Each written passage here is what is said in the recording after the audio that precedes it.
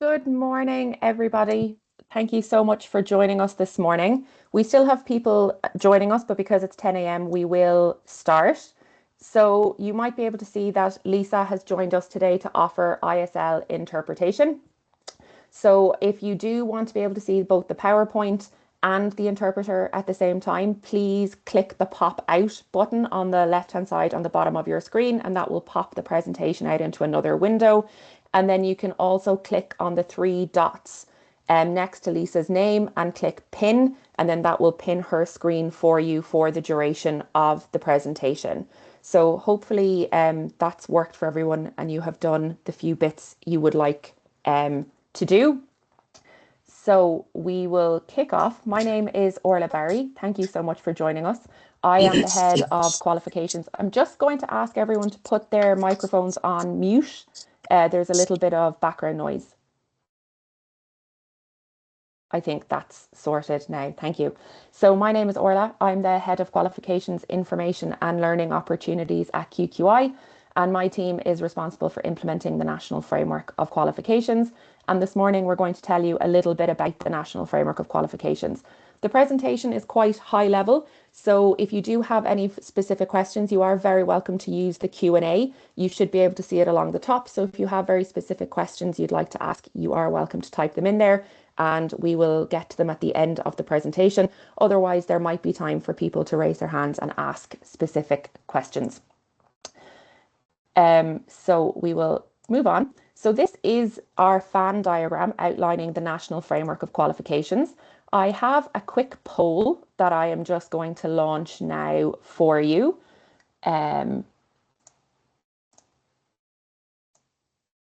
So hopefully that is popping up for you now. And it should ask, have you seen the NFQ fan diagram before? I don't think that's worked properly. Apologies. Let me try that again. Oh yeah, I see this now. Apologies, launch. So have you seen the NFQ fan diagram before? The answers are very straightforward. Yes, no, I don't know. And then I'd ask you to click one of those answers and hit submit for us.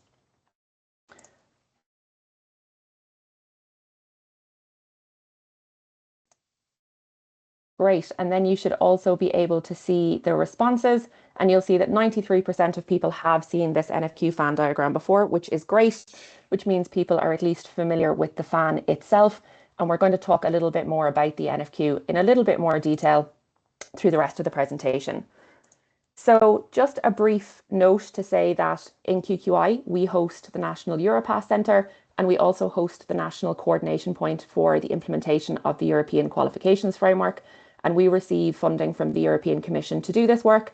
And this webinar today is co-funded by the European Commission to meet our obligations to communicate about the NFQ. So a very brief introduction to the framework and to QQI. For those of you who don't know QQI, we are a state agency. We have a couple of responsibilities. So we are required to promote the quality, integrity and reputation of Ireland's tertiary education and training system. We ensure that learners achieve qualifications that are valued nationally and internationally, and we provide trusted information on the qualifications included in the National Framework of Qualifications. So what is the NFQ? So this lovely fan diagram is the visual depiction of the framework, but there is a bit more to the framework than just this fan. So the NFQ is the framework which describes the qualifications in our education and training system. It's made up of 10 levels, so from 1 to 10, 1 being our very introductory levels of the framework, so general literacy and numeracy qualifications tend to be at level 1. Our junior cycle also spans levels 1 to 3, and then it moves through vocational education and training, which is levels 1 to 6, all the way up to higher education at levels 6 to 10, with doctoral education being at the far end of that framework at NFQ level 10. What the levels do is it explains the complexity, depth, and volume of learning associated with a qualification at that particular level. All qualifications in those 10 levels are explained in terms of knowledge, skills, and competence. The Irish NFQ is what we would describe as a flexible framework, which means that it allows for the inclusion of a wide range of qualifications, both big and small. So our biggest qualifications at any NFQ level tend to have what we call kind of high credit volumes. So if you think about a bachelor's degree, they're often 240 credits, whereas we can have qualifications as small as 5 credits included in the National Framework of Qualifications. What the NFQ intends to do, it helps you to compare different qualifications at different levels, and it also shows learners how they can progress from one NFQ level to another. The NFQ also has the benefit of helping us understand how foreign qualifications compare to the Irish equivalent. Lots of countries, especially most of the EU countries, also have qualifications frameworks. Across Europe, there are commonly 8 levels, so it can take a little bit of work to understand how an 8-level framework compares to our 10 levels, but we're able to do this using the frameworks. So we will always know what level of qualification in another country relates back to the Irish NFQ. So I have another poll here. Hopefully it'll work more efficiently this time. So because over 90% of you have seen the fan diagram before, I might just ask you to tell us what words come to your mind when you think of the NFQ. So maybe just typing in a word or two here and hitting submit, and that will help us to create a word cloud so we'll understand what different words people associate with our Irish National Framework of Qualifications. I'll give everyone a couple of minutes to have a think and then to submit a word.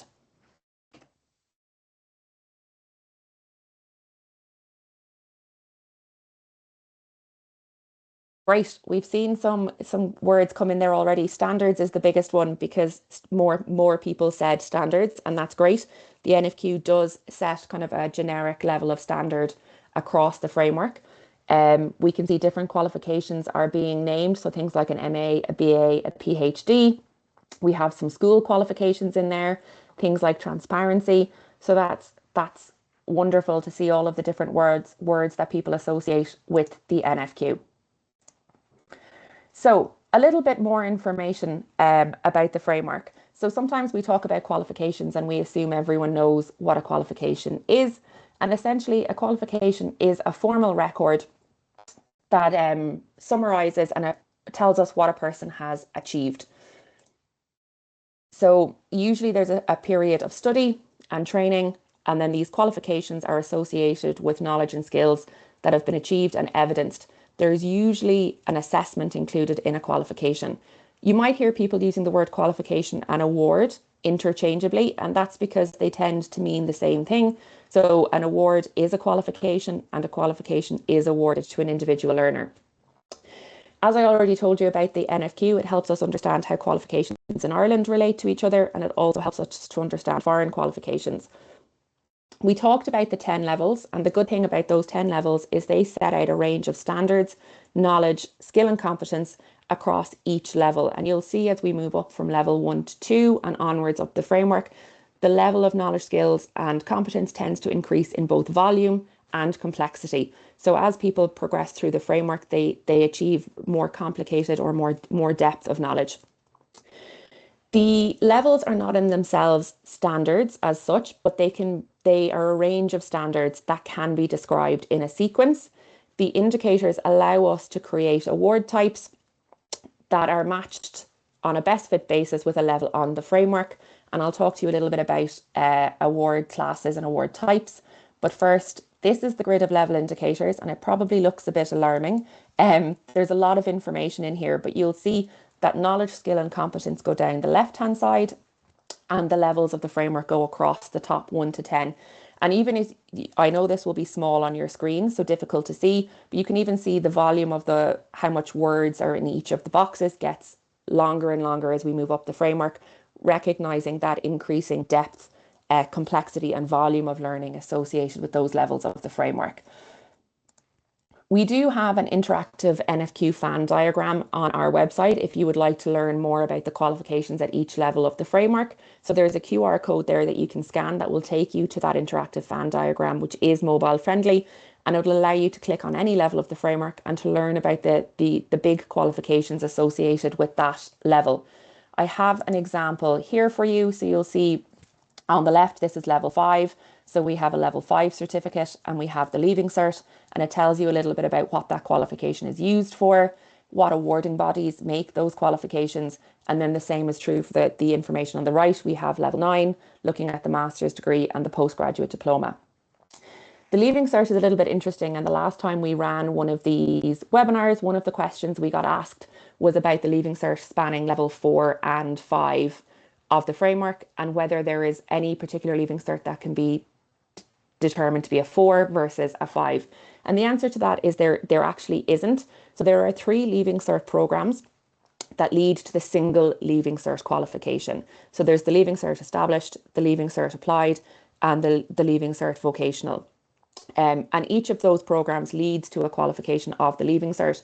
And even within, say, the Leaving Cert Established, learners might take a mix of ordinary and higher level subjects, which means their overall qualification spans learning across both levels 4 and 5 without it being easy to determine whether it is a 4 or a 5. And that is why the Leaving Cert spans 4 and 5 on the framework. And we don't ever say that one Leaving Cert is a level 4 qualification versus a level 5, because there's simply too much variance in the way learners navigate that Leaving Cert.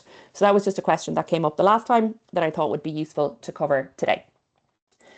So you might have heard talk of award classes and award types in the Irish NFQ. So we have 5 different classes of awards, and these are major awards. And major awards are those big awards that you're probably very familiar with. Things like a bachelor's degree, master's degree, the Leaving Cert, the Junior Cert, for example. But we also have other award classes. We call them minor awards, special purpose awards, supplemental awards, and professional awards.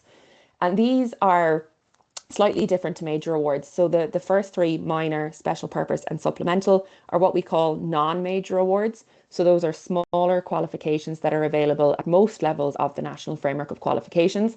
Minor awards are usually linked to a major award. So for example, in further education and training, many of those awards are made up of 8 minor awards that stack together to make the major award. Special purpose awards tend to be specific areas of learning that have a narrow scope. And then supplemental awards are for learning which is additional to a previous award. So very useful in things like upskilling and reskilling. We also have a professional award type descriptor. This is used in conjunction with another award class.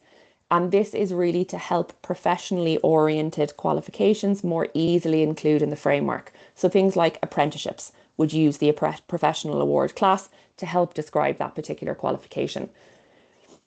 You've probably heard talk about micro-credentials, and we don't have a specific award class for micro-credentials in the Irish system, but that's because the other ones I talked about, minor, special purpose, and supplemental, can be used for micro-credentials.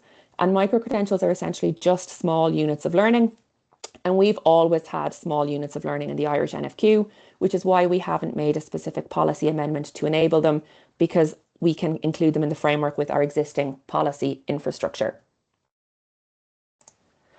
This is just a table outlining the major awards at each level.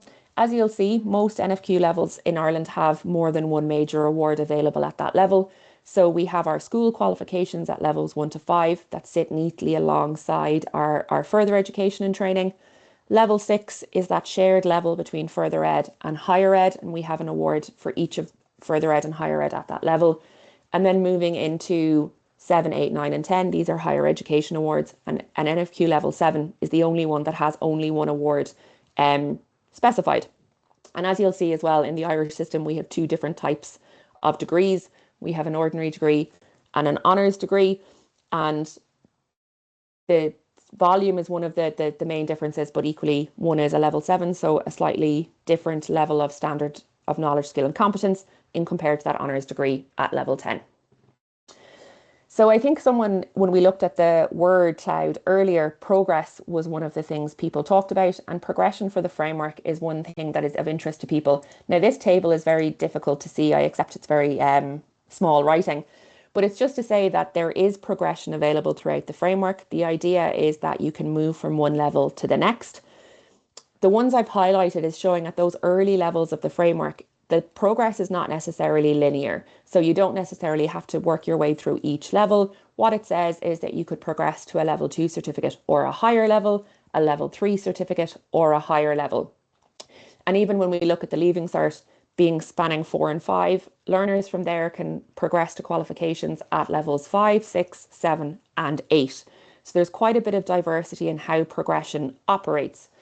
And I have a little diagram on the next slide, again, very small, but you can see the linkages to show that there is an awful lot of progression opportunity through the NFQ, and that's its function. But it's important to remember that progression within the framework is not always about moving upwards. It is intentionally a fan to represent that people move through learning in different ways. So although someone might undertake a bachelor's degree at NFQ level 8, the next suitable learning opportunity for them might be something much more focused at level 6, something like project management or communication skills. It's not necessarily about always moving up to level 9. So that's how the framework works. It's that allows people to navigate in a lot of different ways, moving through the levels of the framework or the types of qualifications that are there. There is some points I should make about progression. And that is to say, as I said, progression is not always linear. You don't necessarily have to complete each level on the NFQ. There's lots of opportunities for alternative pathways and access arrangements. Sometimes you might need to reach out to a provider to know exactly what those options are. Small qualifications such as the minor awards, special purpose awards or micro-credentials we talked about earlier, they don't always offer progression to the next NFQ level necessarily. Progression to the next NFQ level is normally associated with those major awards. So if you've completed the major award at level 6, there are opportunities for you to progress to a major award at a higher level, but smaller qualifications might not grant you those same progression opportunities. What might be more common is that if you undertake one of those smaller qualifications at, say, NFQ level 6, you might then be able to transfer to a larger qualification at that same NFQ level. So it might be providing you opportunity to additional learning, but in a different way to the traditional kind of moving up the levels. It's also important to mention that the NFQ enables progression at a qualification level, so we know how qualification levels relate to each other, but there might be program specific progression opportunities someone needs to be aware of. So if you've completed an undergraduate degree in business, that might not give you access to a master's degree in another discipline. So let's say engineering. So although you've completed the NFQ level 8, you might not get into an NFQ level 9 in a totally other discipline because there might be program specific elements to enable that progression. So it's to say that the NFQ levels relate to each other, but program to program might have more specific disciplinary progression requirements that you have to meet. This next slide shows you the progression opportunities and the pathways that exist. And it's to say that there are lots of different ways of navigating the education and training system. So for example, in Ireland, the most common one is probably Leaving Cert to higher education. But you can also go from the Leaving Cert into FET, maybe into an apprenticeship. There's ways to engage in lifelong learning. There's now those new integrated FET pathways to HE through the tertiary degrees. And then there's FET to higher education localised arrangements. And the same is true of higher ed. There's the Here and There scheme, which provide access to specific cohorts of learners to higher education. We now have apprenticeships in HE as well. And of course, there's always avenues for mature learners to navigate the system. So there are more and more pathways every year than there were previously. But that information is probably best found via either Qualifax, which is our learner database, or by contacting your local ETB or your local university that you might be interested to find out what are the options available for you. One of the next aspects of the framework that you might be familiar with or you might not be is credit. We have 2 credit systems in operation in Ireland. So we have FET credit for our further education, levels 1 to 6, and we have the European Credit Transfer System, which is referred to as ECTS, for higher education. Credit volume essentially just allows learners and others to identify the volume of learning and effort associated with a qualification. Major awards will typically have the largest credit volumes associated with qualifications at each level. But even though we use two different credit systems, one credit system is not better than the other, and one amount of credit is not better than the other. All it does is allows people to explain the volume of their qualification. We do know that essentially there's about a 2-to-1 ratio of FET credit to HE, so we can understand how they relate to each other. And most of our credit volumes are worked out on what a full-time capacity looks like. So 60 ECTS credit is a typical full-time workload across 2 semesters in university, and 120 FET credits is the same full-time workload in a further education and training setting. So again, it's just to say that credit is just a way of communicating something about the programme or the qualification that you have achieved. So that's our very high-level introduction to the NFQ. And sometimes people wonder, how do you find out more about those qualifications that are included in the National Framework of Qualifications? And the Irish Register of Qualifications is the answer to that question. And I have another poll for you, which I will launch now. So essentially it just asks, have you ever visited the Irish Register of Qualifications, with a simple yes, no answer. So feel free to select one of those and hit the submit button, please.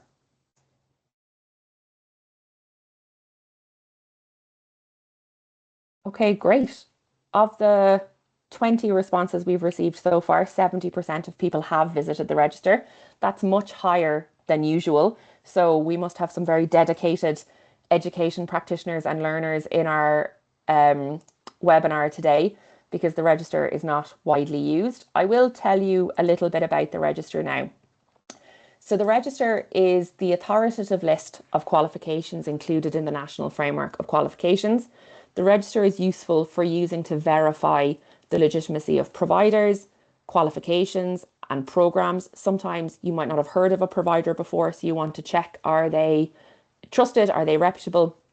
And if a provider is listed on the register, it means they're quality assured by QQI and that they're offering programs that lead to qualifications in the NFQ, which gives them recognition and transparency. I mentioned Qualifax earlier, and Qualifax is another database that QQI operates.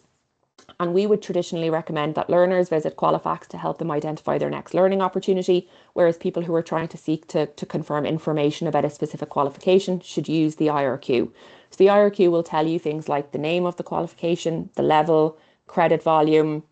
It might have some information about the programme, but it helps you to confirm the biographical information about a qualification.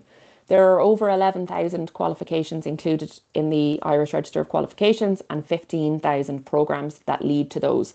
And there's information about 216 providers. So it's a great source of information for people trying to confirm information about providers, the programmes they offer, and the qualifications those programmes lead to.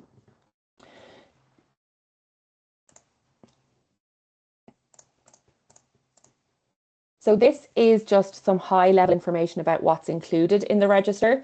As you'll see, we have more major awards than anything else. So there's just over kind of 7,000 major awards included in the register, and then non-major awards make up the remainder of it. Minor awards are the most popular, particularly in further education and training. Special purpose awards come next. And as you can see, I'm sure on your small screens, it looks like there's nothing for supplemental awards, and that's almost true.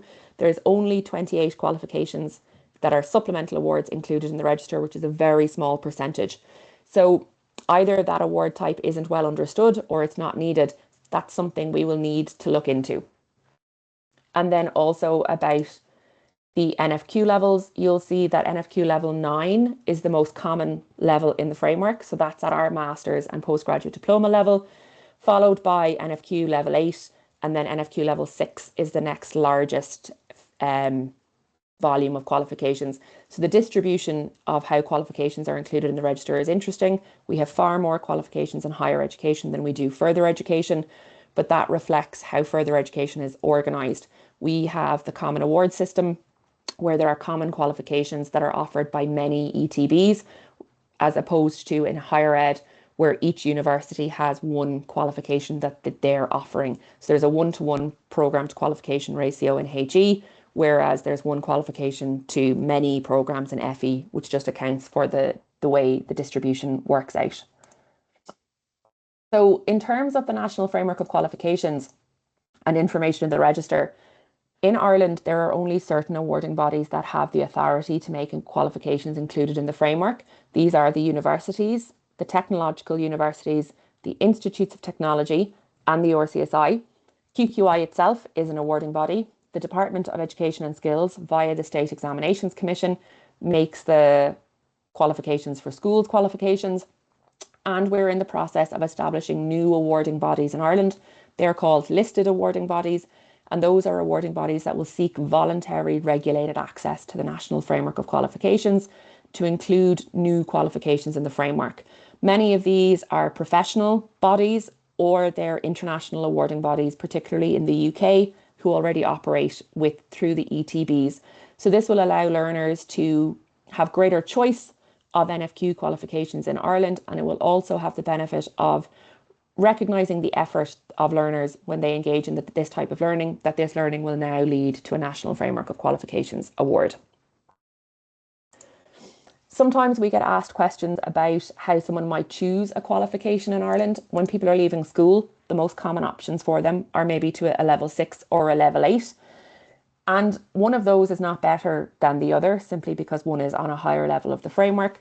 The grid of level indicators, which I showed you earlier, shows the difference between the knowledge, skills and competence at each level. And the key difference is maybe the credit volume, the size of the qualification and the duration. Some learners will be better suited to going into a qualification in FET at level 6, preparing them to then enter into higher education, whereas others might be keen to get straight into their degree programme. But the main difference between 6 and 8 is the complexity of knowledge, skills and competence and the duration of the programmes. I mentioned earlier the difference between an ordinary degree and an honours degree. It is unusual to have 2 bachelor degrees in your system. Again, the award type descriptor will show the difference between the knowledge, skills and competence between each of these award types. And the main difference between these two is actually for progression. So not all ordinary degrees will give progression into a master's degree immediately, whereas someone who holds a level 8 honours degree will be able to go straight into a master's programme. So that's the main difference. In terms of choosing a provider, all providers who are offering programmes leading to a qualification in the NFQ, these are all trusted and reputable providers, and all providers and awarding bodies are subject to external quality assurance by QQI, and any qualification included in the NFQ are valued and recognised nationally and internationally. So there isn't a key way to differentiate between providers. They're all trusted and reputable, and they're all offering high quality, trusted qualifications. And I've already mentioned the 2 ways to find information. So Qualifax for our learners and the IRQ for verifying information about qualifications. I'll talk a little bit about comparing qualifications internationally. So in Ireland, as I mentioned, we're the national coordination point for the EQF. As part of that, we give updates every 2 years to a European agency called CEDEFOP, and they maintain the inventory of NQFs. So we did the last update in 2024 and we'll be doing another update this year.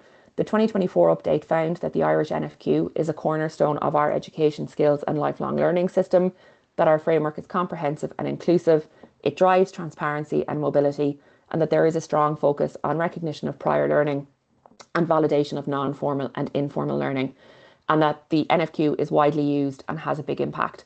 And I suppose over 90% of you saying that you recognise the FAN further contributes to the evidence that the NFQ is widely used and widely understood.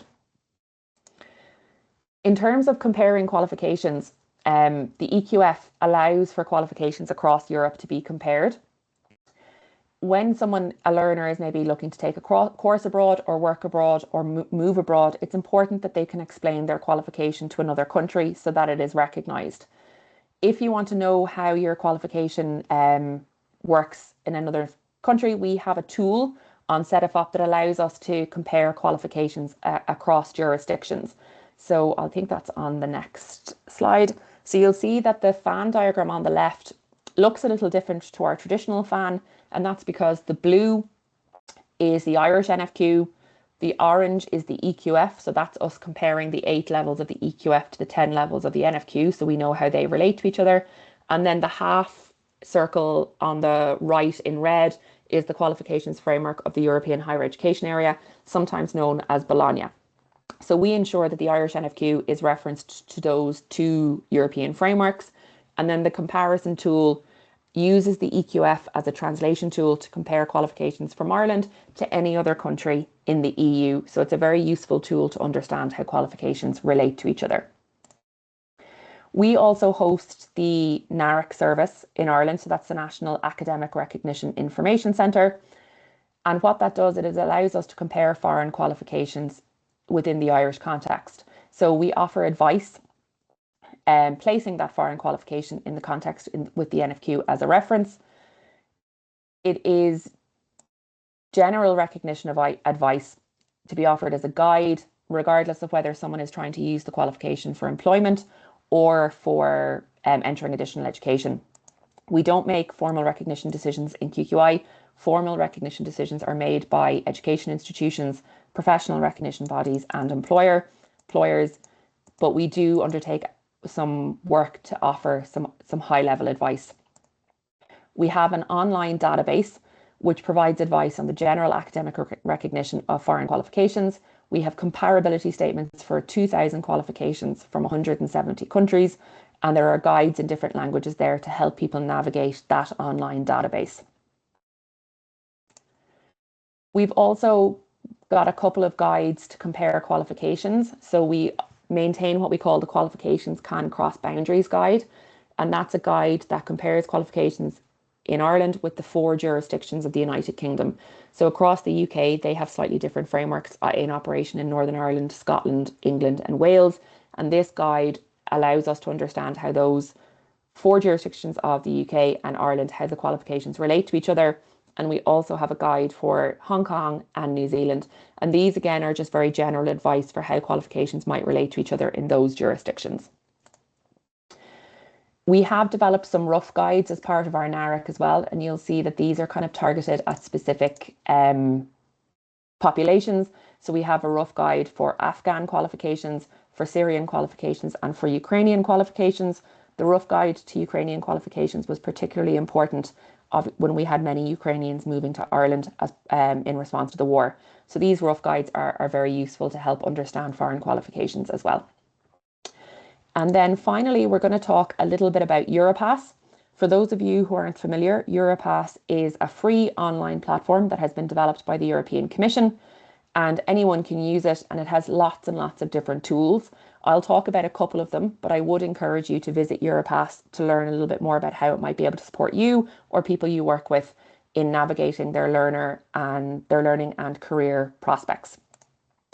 So the first thing we're going to talk about is the certificate supplement. The certificate supplement is offered for vocational education qualifications. So it's a free document which helps to showcase information about vocational and further education qualifications in a simple, understandable way. It makes it easier for employers and educational institutions to understand the vocational qualification, and you can find Europass certificate supplements in the IRQ for vocational education qualifications. The certificate supplement is non-personalised. It's offered at the qualification level to offer a little bit of additional information. It describes the purpose of the qualification, the NFQ level, learning outcomes, and it gives information about the education system. The diploma supplement is then similar to the certificate supplement, but it's for higher education graduates. The big difference between the diploma supplement and the certificate supplement is that the diploma supplement is personalised. So it's issued individualised to the learner, which gives additional information like things like the name of the learner and specific details on grades, course credits, and achievements. But again, this diploma supplement is free, and it's an individualised document that's available directly from the higher education institution, and it's available in more than 40 countries, automatically free of charge, and in any major European language. And this is a great tool for learners to, again, explain their qualification, because sometimes your degree parchment has very little information about what you achieved, whereas the diploma supplement tells you more. We did do a survey last year about the use of the diploma supplement by higher education institutions, and it was certainly very encouraging that most institutions are issuing it free of charge. Many are doing that automatically, while some are requiring people to request it, but most of them are interested in making this easier for learners and promoting the use of the diploma supplement. Just a little word on digital credentials. So digital credentials are essentially just the issuing of your credential in digital format rather than paper format. And lots of countries and lots of institutions are starting to look at this because they can be issued in a multilingual format. They're electronically sealed, and they're a digital presentation that can be shared easily with employers and educational institutions to confirm that you have achieved that qualification. They can be issued for your kind of major awards, degrees, diplomas, micro-credentials, and for other types of learning credits. And these can be stored in your Europass profile. So just in case you do receive a digital credential, all it is a digital format, which is actually more secure, easier to confirm, and tamper-proof, which is important as we see the rise of kind of fake diplomas, etc. This ensures you've got a trusted diploma. And I just mentioned you can store it, and where you can store it is in your Europass library, which is a free online space linked to a Europass user profile. You can store files there related to your career and studies, and you can have CVs, cover letters, digital credentials, etc. stored in your Europass library. So it's a great tool for anybody who has received qualifications or parchments or various bits and pieces. You can upload them there and you'll have access to them forever, and they're secure. So it's a great tool. And as I mentioned, Europass is free and it has been developed by the European Commission. So that was just a high level introduction to the framework, the Irish Register of Qualifications, and some bits of Europass. I would encourage you to visit the IRQ and Europass if you haven't before. But thank you so much for joining us this morning. We do have some time for some questions. If you do want to email us, nfq@qqi.ie is where you'll find us. And if you scan that QR code, that will take you to our Europass LinkedIn page. And that's where we share all our information about updates to the framework, things to do with Europass, and information about the European Qualifications Framework. So I would encourage you to scan that and follow us on LinkedIn for more updates. Thanks so much. I'll stop sharing now so that I can have a look at the chat and the Q&A and see if anything has come in.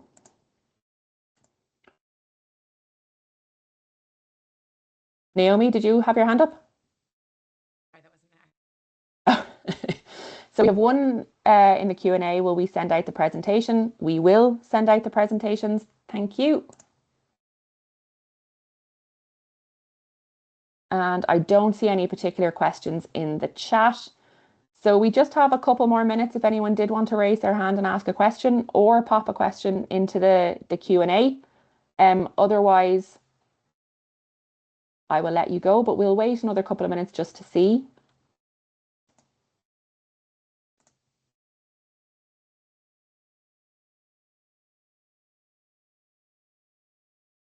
No, I don't think we have any questions. Well, thank you so much, everyone, for joining us this morning. Thank you to Lisa for offering our interpretation this morning. We were delighted to have a more inclusive webinar this morning. If you do have questions, nfq@qqi.ie. Thanks very much. Have a lovely day.